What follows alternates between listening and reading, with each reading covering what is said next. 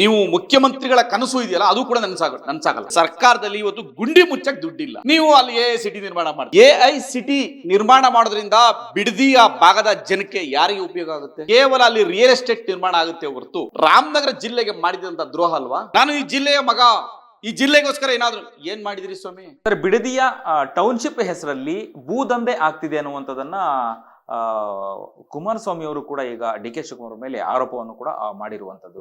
ಈ ಬಗ್ಗೆ ಏನ್ ಹೇಳ್ತೀರಿ? ನಿಜವಾಗಿ ಅಲ್ಲಿ ಏನಾಗ್ತಿದೆ? ಟೌನ್ಶಿಪ್ ಮಾಡುವಂತಹ ವಿಚಾರದಲ್ಲಿ ಭೂದಂಧೆ ಆಗ್ತಾ ಇದೆಯಾ? ಹೇಗೆ ಬಿಡದಿಯಲ್ಲಿ ಏನಾಗ್ತಿದೆ ಅನ್ನುವಂಥದ್ದು? ಬಿಡದಿಯ ಬೈರಮಂಗಲ, ಕೆಂಪದ್ಯಾಪನಹಳ್ಳಿ ಮತ್ತು ಸುತ್ತಮುತ್ತಲ ಒಂದಷ್ಟು ಹಳ್ಳಿಗಳಲ್ಲಿ ಒಟ್ಟು 9 ಹಳ್ಳಿಗಳು, 3500 ಕುಟುಂಬಗಳು, 15,000 ಜನ ಇವತ್ತು ಬೀದಿಗೆ ಬೀಳ್ತಕ್ಕಂಥ ಸಂದಿಗ್ಧ ಪರಿಸ್ಥಿತಿಗೆ ಮಾನ್ಯ ಡಿ ಕೆ ಶಿವಕುಮಾರ್ ತರ್ತಾ ಇದ್ದಾರೆ. ಯಾವ ಡಿ ಕೆ ಶಿವಕುಮಾರ್ ಇದು ನನ್ನ ಜಿಲ್ಲೆ, ನನಗೆ ಪೆನ್ನು ಪೇಪರ್ ಕೊಡಿ ಅಂತ ಹೇಳಿ ಅಂಗಲಾಚಿದಂತಹ ಡಿ ಕೆ ಶಿವಕುಮಾರ್ ಅವರು ಆ ಪೆನ್ನು ಪೇಪರ್ನ ಬಳಕೆ ಮಾಡಿಕೊಂಡು, ದುರ್ಬಳಕೆ ಮಾಡಿಕೊಂಡು ಇವತ್ತು ಅಲ್ಲಿ ಎಐ ಸಿಟಿಯನ್ನು ನಿರ್ಮಾಣ ಮಾಡಲಿಕ್ಕೆ ಹೊರಟಿದ್ದಾರೆ. ಎಐ ಸಿಟಿ ನಿರ್ಮಾಣ ಮಾಡೋದ್ರಿಂದ ಬಿಡದಿಯ ಭಾಗದ ಜನಕ್ಕೆ ಯಾರಿಗೆ ಉಪಯೋಗ ಆಗುತ್ತೆ? ಏನು ಉಪಯೋಗ ಆಗುತ್ತೆ? ಕೇವಲ ಅಲ್ಲಿ ರಿಯಲ್ ಎಸ್ಟೇಟ್ ನಿರ್ಮಾಣ ಆಗುತ್ತೆ ಹೊರತು ಭೂಮಿಯ ಬೆಲೆ ಜಾಸ್ತಿ ಆಗುತ್ತೆ ಅನ್ನೋದು ಬಿಟ್ರೆ ಬೇರೆ ಯಾವುದೇ ರೀತಿಯ ರೈತರಿಗೆ ಅನುಕೂಲ ಆಗಲ್ಲ. ಇವತ್ತು 16 ವರ್ಷಗಳಿಂದ ಕೃಷಿ ಮಾಡಿಕೊಂಡು, ಹಸು ಎಮ್ಮೆ ದನಗಳನ್ನು ಕಟ್ಟಿಕೊಂಡು, ವ್ಯವಸಾಯನ ಮಾಡಿಕೊಂಡು ಬದುಕನ್ನು ಕಟ್ಕೊಂಡಿರ್ತಕ್ಕಂತಹ ಜನರಿಗೆ ಏಕಾಏಕಿ 9 ಹಳ್ಳಿಗಳನ್ನ ನೀವು ಮುಚ್ಚಿ ಒಂದು ಎಐ ಸಿಟಿಯ ನಿರ್ಮಾಣವನ್ನು ಮಾಡಿದ್ರೆ ಆ ಹಳ್ಳಿಯ ಜನ ಎಲ್ಲಿಗೆ ಹೋಗಿ ಬದುಕಬೇಕು? ನೀವು ಕೊಟ್ಟಿರ್ತಕ್ಕಂಥ ಪುಡಿಗಾಸು ದುಡ್ಡುಗೆ ಇವತ್ತು ಎಲ್ಲಾದ್ರೂ ಜಮೀನು ಸಿಗುತ್ತಾ? ಅವ್ರ ಬದುಕನ್ನು ಕಟ್ಕೊಳ್ಳಿಕ್ಕೆ ಸಾಧ್ಯ ಇದೆಯಾ? ಬೆಂಗಳೂರಿಗೆ ಬಹಳ ಹತ್ತಿರದಲ್ಲಿದ್ದಂಥ ಬಿಡದಿ ಇವತ್ತು ಅವರು ಆ ಜಮೀನನ್ನು ಕಳ್ಕೊಂಡು ಎಲ್ಲೋ ದೂರದ ಯಾವುದೋ ಪ್ರದೇಶಕ್ಕೆ ಹೋಗಿ ಬದುಕನ್ನು ಕಟ್ಕೊಳ್ಳಿಕ್ಕೆ ಎಷ್ಟು ಕಷ್ಟ ಅನ್ನೋದನ್ನ ನಾವು ಯೋಚನೆ ಮಾಡಬೇಕಾಗಿದೆ. ಆದರೆ ಸನ್ಮಾನ್ಯ ಡಿ ಕೆ ಶಿವಕುಮಾರ್ ಅವರು ಇದು ದೇವನಹಳ್ಳಿನಲ್ಲಿ ರೈತರು ಕೊಡಲ್ಲ ಅಂತ ಹೇಳಿ ವಿರೋಧ ವ್ಯಕ್ತಪಡಿಸಿದ ಮೇಲೆ ಇಲ್ಲಿಗೆ ಬಂದು ಮಾಡ್ತಾ ಇದ್ದೀರಲ್ಲ, ಇದು ಯಾವ ನ್ಯಾಯ? ಅಲ್ಲಿ ಸಿದ್ದರಾಮಯ್ಯನವರು ರೈತರಿಗೆ ವಿರೋಧ ಮಾಡಿದ್ಮೇಲೆ ಆಯ್ತು ನಾವು ಜಮೀನು ತಗೊಳ್ಳಲ್ಲ ಅಂತ ಹೇಳ್ತಾರೆ. ಈಗ ಮತ್ತು ಇಲ್ಲಿಗೆ ಬಂದು ಬಿಡದಿನಲ್ಲಿ ಬಂದು ಮಾಡ್ತಾ ಇದ್ದೀರಿ ಅಂದ್ರೆ ನೀವು ರಾಮನಗರ ಜಿಲ್ಲೆಗೆ ಮಾಡಿದಂಥ ದ್ರೋಹ ಅಲ್ವಾ? ನೀವು ಈ ಜಿಲ್ಲೆಯ ನಾಯಕರಾಗಿ ನೀವು ರಾಮನಗರ ಜಿಲ್ಲೆಗೆ ಮಾಡಿದಂಥ ಬಹಳ ದೊಡ್ಡ ಮೋಸ. ಕಾರಣ ಏನಪ್ಪಾ ಅಂತಂದ್ರೆ, ನಾನು ಈ ಜಿಲ್ಲೆಯ ಮಗ, ಈ ಜಿಲ್ಲೆಗೋಸ್ಕರ ಏನಾದ್ರು ಏನ್ ಮಾಡಿದಿರಿ ಸ್ವಾಮಿ? ಏನ್ ಮಾಡಿದಿರಿ? ಅದೇ ಈ ರೀತಿ ಜಮೀನನ್ನು 9,000 ಎಕರೆ ಜಮೀನನ್ನು ಲಪಟಾಯಿಸಿ ಎಸಿಟಿಯನ್ನು ನಿರ್ಮಾಣ ಮಾಡಿ ಯಾರೋ ಬೇಕಾದಂಥ ರಿಯಲ್ ಎಸ್ಟೇಟರೋ ದೊಡ್ಡ ದೊಡ್ಡ ಶ್ರೀಮಂತರು ಬಂದು ವಾಸ ಮಾಡ್ತಾರೆ. ಯಾರೋ ಬಡವ ಬಂದು ವಾಸ ಮಾಡ್ಲಿಕ್ಕೆ ಸಾಧ್ಯನಾ? ಎ ಸಿಟಿಲಿ ಸಾಮಾನ್ಯ ಬಡವ ಹೋಗಿ ಅಲ್ಲಿ ಏನಾದ್ರು ಸೈಟ್ ತಗೊಳಕ್ ಸಾಧ್ಯನಾ? ಸಾಧ್ಯ ಇಲ್ಲ.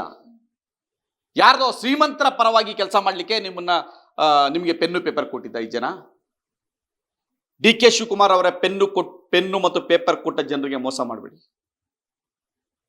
ರೈತನನ್ನ ಒಕ್ಕಲೆಬ್ಬಿಸುವ, ದಮನ ಮಾಡುವ ಕೆಲಸವನ್ನ ಮಾಡಿದ್ರೆ ನೀವು ಯಾವುದೇ ಕಾರಣಕ್ಕೂ ಉದ್ಧಾರ ಆಗಲ್ಲ, ಸರ್ವನಾಶ ಆಗೋಗ್ಬಿಡ್ತೀರಿ. ನೀವು ಮುಖ್ಯಮಂತ್ರಿಗಳ ಕನಸು ಇದೆಯಲ್ಲ ಅದು ಕೂಡ ನನ್ಸಾಗಲ್ಲ. ರೈತರಾಗಿ ಬದುಕಲಿಕ್ಕೆ ಬಿಡಿ. ನೀವು ಅಗತ್ಯತೆಗೆ ಯಾವುದೋ ಒಂದು ರಸ್ತೆ ನಿರ್ಮಾಣಕ್ಕೆ ಬೇಕು ತಗೊಳ್ಳಿ, ಸಂತೋಷ. ಯಾವುದೋ ರೈಲ್ವೆ ನಿರ್ಮಾಣ ಮಾಡಬೇಕು ತಗೊಳ್ಳಿ, ಸಂತೋಷ. ಬೇಸಿಕ್ ಇನ್ಫ್ರಾಸ್ಟ್ರಕ್ಚರ್ಗೆ ಅವಶ್ಯಕತೆ ಇದ್ದಂಥ ಸಂದರ್ಭದಲ್ಲಿ ನೀವು ಭೂಮಿಯನ್ನ ಅಕ್ವೈರ್ ಮಾಡಿದ್ರೆ ಒಪ್ತಾರೆ ಜನ. ಆದರೆ ಇದು ಅದಲ್ಲ. ಯಾವುದೋ ಒಂದು ಎಐ ಸಿಟಿ ನಿರ್ಮಾಣ ಮಾಡಿಕೆ ಇದರಿಂದ ಆ ಭಾಗದ ಯಾವುದೇ ಜನಕ್ಕೆ ಅನುಕೂಲ ಇಲ್ಲ. ಉದ್ಯೋಗ ಸೃಷ್ಟಿಯಾಗುತ್ತೆ. ಯಾವ ಉದ್ಯೋಗ ಸೃಷ್ಟಿಯಾಗುತ್ತೆ? ಎಐ ಸಿಟಿ ನಿರ್ಮಾಣ ಅಂದ್ರೆ ಏನು ಉದ್ಯೋಗ ಸೃಷ್ಟಿಯಾಗುತ್ತೆ ಹೇಳಿ? ಅವರು ಯಾವ ರೀತಿ ಉದ್ಯೋಗ?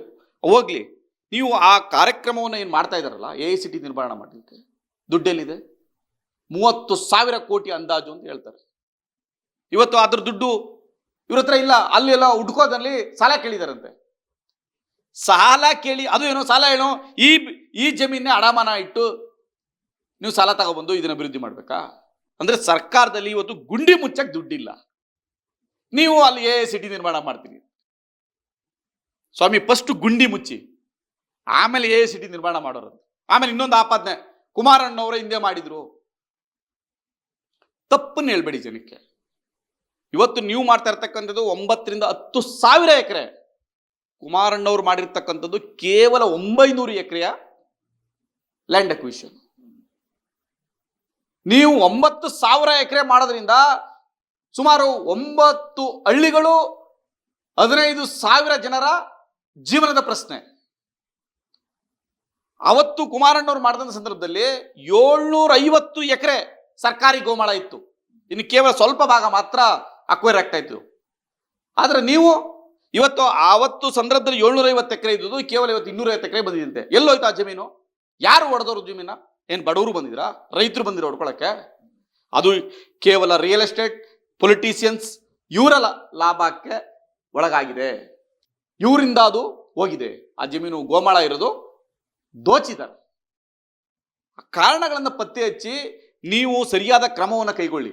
ಅದು ಬಿಟ್ಬಿಟ್ಟು ಈ ರೈತರನ್ನ ಒಕ್ಕಲಿಪಿಸಿದ್ರೆ ಯಾವುದೇ ಕಾರಣಕ್ಕೂ ನಿಮ್ಮ ವಿರುದ್ಧ ದೊಡ್ಡ ಮಟ್ಟದ ಹೋರಾಟವನ್ನ ನಾವು ಬೈರ್ಮಂಗನಿಂದ ವಿಧಾನಸೌಧವರೆಗೆ ಮುತ್ತಿಗೆ ಹಾಕುವ ಕಾರ್ಯಕ್ರಮವನ್ನ ನಮ್ಮ ಪಕ್ಷದ ಪರವಾಗಿ ಮಾಡ್ತೀವಿ. ಇದಿಷ್ಟು ಲಾಯರ್ ಪ್ರದೀಪ್ ಕುಮಾರ್ ಅವರ ಮಾತಾಗಿತ್ತು. ಕ್ಯಾಮ್ರಾ ಪರ್ಸನ್ ಮನೋಜ್ ಜೊತೆ ಅಭಿಜಿತ್ ಗಣೇಶ್, ಕರ್ನಾಟಕ ಟಿವಿ, ಬೆಂಗಳೂರು. ತುಂಬಾ ದಪ್ಪ ಇದ್ದೀರಾ, ಅದರಲ್ಲೂ ಯಾವುದೇ ಸೈಡ್ ಎಫೆಕ್ಟ್ ಇಂದ ಸಣ್ಣ ಆಗ್ಬೇಕಾ? ಎಷ್ಟೋ ಜನ ಹೇಳ್ತಾ ಇದ್ರಿ, ಸರ್ ನಾನು ಜಿಮ್ಗೆ ಹೋಗ್ತಾ ಇದ್ದೀನಿ ಆದ್ರೂ ಸಣ್ಣ ಆಗ್ತಾ ಇಲ್ಲ ಸರ್, ವರ್ಕೌಟ್ ಮಾಡ್ತಾ ಇದ್ದೀನಿ ಆದ್ರೂ ಸಣ್ಣ ಆಗ್ತಾ ಇಲ್ಲ ಅಂತ ಹೇಳ್ತಾ ಇದ್ರಲ್ಲ. 100% ಯಾವ ಜಿಮ್ಗೂ ಹೋಗ್ದಂಗೆ ವರ್ಕೌಟು ಮಾಡ್ದಂಗೆ ನೀವು ಸಣ್ಣ ಆಗ್ಬೋದು. ಪ್ರತಿದಿನ ಬೆಳಿಗ್ಗೆ ಸಂಜೆ 2 ಟೈಮ್ ನಮ್ಮ ಜೀನಿ ಸ್ಲಿಮ್ನ ಯೂಸ್ ಮಾಡಿ ಯಾವುದೇ ಸೈಡ್ ಎಫೆಕ್ಟ್ ಇಲ್ದಂಗೆ ನೀವು ಸಣ್ಣ ಆಗ್ತೀರಾ. ಯಾಕೆಂದ್ರೆ ಜೀನಿ ಸ್ಲಿಮ್ ಒಂದು ಉತ್ತಮ ಆಹಾರ. ದೇಹದಲ್ಲಿ ಬ್ಯಾಡ್ ಕೊಲೆಸ್ಟ್ರಾಲ್ ಜಾಸ್ತಿ ಆದಾಗ ಹಾರ್ಟ್ ಅಟ್ಯಾಕ್ ಆಗೋ ಚಾನ್ಸಸ್ ಜಾಸ್ತಿ. ಇತ್ತೀಚೆಗಂತೂ ಸಿಕ್ಕಾಪಟ್ಟೆ ನ್ಯೂಸ್ನ ಕೇಳ್ತಾನೆ ಇದ್ದೀವಿ. ಸೊ ಬ್ಯಾಡ್ ಕೊಲೆಸ್ಟ್ರಾಲ್ನ ಕಮ್ಮಿ ಮಾಡೋದಕ್ಕೆ ಉತ್ತಮವಾದ ಆಹಾರ ತುಂಬ ಇಂಪಾರ್ಟೆಂಟು. ಜೀನಿ ಸ್ಲಿಮ್ ಯೂಸ್ ಮಾಡಿ. ಕರೆಕ್ಟ್, ಜೀನಿ ಸ್ಲಿಮ್ನಲ್ಲಿರುವಂತಹ ಎಷ್ಟೋ ಆಹಾರ ಧಾನ್ಯಗಳು ಕೊಲೆಸ್ಟ್ರಾಲ್ ಲೆವೆಲ್ನ ಕಮ್ಮಿ ಮಾಡೋದಕ್ಕೆ ಹೆಲ್ಪ್ಫುಲ್ ಆಗುತ್ತೆ. ಸೊ ಹೆಲ್ದಿಯಾಗಿರಿ, ಜೀನಿ ಸ್ಲಿಮ್ನ ಯೂಸ್ ಮಾಡಿ. Karibasaveshwara agri India private limited ರವರ ನಂಬರ್ 1 ಸ್ಪ್ರಿಂಕ್ಲರ್ ಪೈಪ್. ತುಂಬಾ ದಪ್ಪ ಇದ್ದೀರಾ, ಅದರಲ್ಲೂ ಯಾವುದೇ ಸೈಡ್ ಎಫೆಕ್ಟ್ ಇಂದ ಸಣ್ಣ ಆಗ್ಬೇಕಾ? ಎಷ್ಟೋ ಜನ ಹೇಳ್ತಾ ಇದ್ರಿ, ಸರ್ ನಾನು ಜಿಮ್ಗೆ ಹೋಗ್ತಾ ಇದ್ದೀನಿ ಆದ್ರೂ ಸಣ್ಣ ಆಗ್ತಾ ಇಲ್ಲ ಸರ್, ವರ್ಕೌಟ್ ಮಾಡ್ತಾ ಇದ್ದೀನಿ ಆದ್ರೂ ಸಣ್ಣ ಆಗ್ತಾ ಇಲ್ಲ ಅಂತ ಹೇಳ್ತಾ ಇದ್ರಲ್ಲ. 100% ಯಾವ ಜಿಮ್ಗೂ ಹೋಗ್ದಂಗೆ ವರ್ಕೌಟು ಮಾಡ್ದಂಗೆ ನೀವು ಸಣ್ಣ ಆಗ್ಬೋದು. ಪ್ರತಿದಿನ ಬೆಳಿಗ್ಗೆ ಸಂಜೆ 2 ಟೈಮ್ ನಮ್ಮ ಜೀನಿ ಸ್ಲಿಮ್ನ ಯೂಸ್ ಮಾಡಿ ಯಾವುದೇ ಸೈಡ್ ಎಫೆಕ್ಟ್ ಇಲ್ದಂಗೆ ನೀವು ಸಣ್ಣ ಆಗ್ತೀರಾ. ಯಾಕೆಂದ್ರೆ ಜೀನಿ ಸ್ಲಿಮ್ ಒಂದು ಉತ್ತಮ ಆಹಾರ.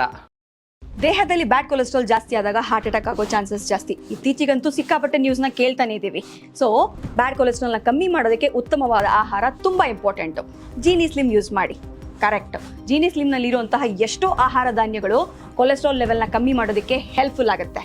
ಸೊ ಹೆಲ್ದಿಯಾಗಿರಿ, ಜೀನಿ ಸ್ಲಿಮ್ನ ಯೂಸ್ ಮಾಡಿ.